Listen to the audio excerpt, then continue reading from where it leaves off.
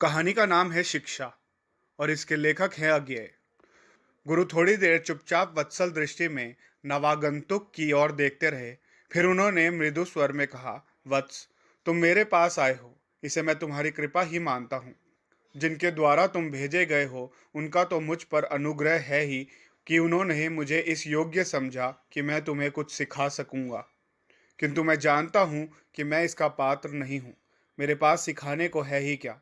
मैं तो किसी को भी कुछ नहीं सिखा सकता, क्योंकि स्वयं निरंतर सीखता ही रहता हूँ। वास्तव में कोई भी किसी को कुछ सिखाता नहीं है। जो सीखता है अपने ही भीतर के किसी उन्मेष से सीख जाता है। जिन्हें गुरुत्व का श्रेय मिलता है वे वास्तव में केवल इस उन्मेष के निमित्त होते हैं। और निमित्त होने के लिए गुरु की क्या आवश्यकता है। सृष्टि में कोई भी वस्तु उन्मेष का निमित्त बन सकती है। नवागुंतुक ने सिर झुकाकर कहा, मैंने तो यहाँ आने से पहले ही मन आपको अपना गुरु धार लिया है। आगे आपको जैसा आदेश हो। गुरु फिर बोले, जैसी तुम्हारी इच्छा वत्स, यहीं रहो। स्थान की यहाँ कमी नहीं है। अध्ययन और चिंतन के लिए जैसी भी सुविधा की तुम्हें आवश्यकता हो, यहाँ हो ही जाएगी।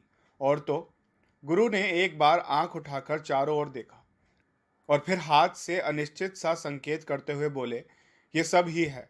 देखो, सुनो, चाहो तो सोचो, जितना कर सको आनंद प्राप्त करो। क्या देखा? गुरुदेव, मैंने एक पक्षी देखा, बहुत ही सुंदर पक्षी। और इतना सुंदर पक्षी, मेरा मन हुआ कि अगर मैं भी ऐसा पक्षी होता तो आकाश में उड़ जाता और दूर दूर तक विचरण करता। गुरु थोड़ी देर स्थिर दृष्टि से युवक की ओर देखते रहे। फिर बिना उत्तेजना के बोले, ये तो पाखंड है। जाओ, फिर देखो, सभी कुछ सुंदर है। जितना कर सको आनंद ग्रहण करो। क्या देखा? गुरुदेव, मैंने एक बड़ा सुंदर पक्षी देखा, ऐसा अद्वितीय सुंदर। फिर मेरा मन हुआ कि किसी प्रकार उसे पकड़कर पिंजड़े में बंद कर लूं कि वो सर्वदा मेरे निकट रहे और मैं उसे देखा करूं। चलो, कुछ तो देखा। पहले देखने से इस देखने में सत्य तो अधिक है। गुरु थोड़ी देर उसी खुली किंतु रहस्यमय दृष्टि से शिष्य को देखते रहे। अधिक सच्चाई है, किंतु ज्ञान अभी नहीं है। जाओ, फिर देखो, सुनो, जितना कर सको आनंद ग्रहण करो। क्या देखा? मैंने एक पक्षी देखा, अत्यंत सुंदर पक्षी। वैसा मैंने दूसरा नहीं देखा और कल्पना नहीं कर सकता कि भविष्य में कभी देखूंगा। कितना सुंदर पक्षी हो भी सकता है। फिर कुछ नहीं गुरुदेव।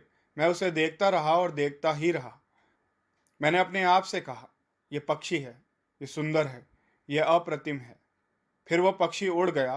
फिर मैंने अपने आप से कहा, मैंने देखा था, वह पक्षी सुंदर था और अप्रतिम था, और वह उड़ गया।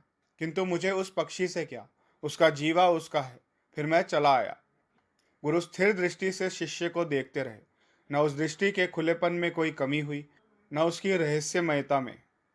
फिर उनका चेहरा एकाएक वात्सल्यपूर्ण स्मृति में खिल आया और उन्होंने कहा, तो तुमने देख लिया, इतना ही ज्ञान है। इससे अधिक मेरे पास सिखाने को कुछ नहीं है। ये भी मेरे पास नहीं है, सर्वत्र बिखरा हुआ है। मैंने कहा था कि कोई किसी को कुछ सिखाता नहीं है। उन्मेष भीतर से होता है। गुरु निमित्त हो सकता है, किंतु निमित्त तो कुछ भी हो सकता है। एक बार फिर उनका हाथ उसी अस्पष्ट संकेत में उठा और फिर घुटने पर टिक गया। जाओ वत्स, देखो, सुनो, जितना कर सको आनंद ग्रहण करो। दोस्तों, अगर कहानी पसंद आई हो तो लाइक करें और चैनल को सब्सक्राइब करें। कहानी सुनकर अगर आप कोई भी प्रतिक्रिया देना चाहते हैं तो कमेंट सेक्शन में अपने व्यूज़ ज़रूर दें। धन्यवाद।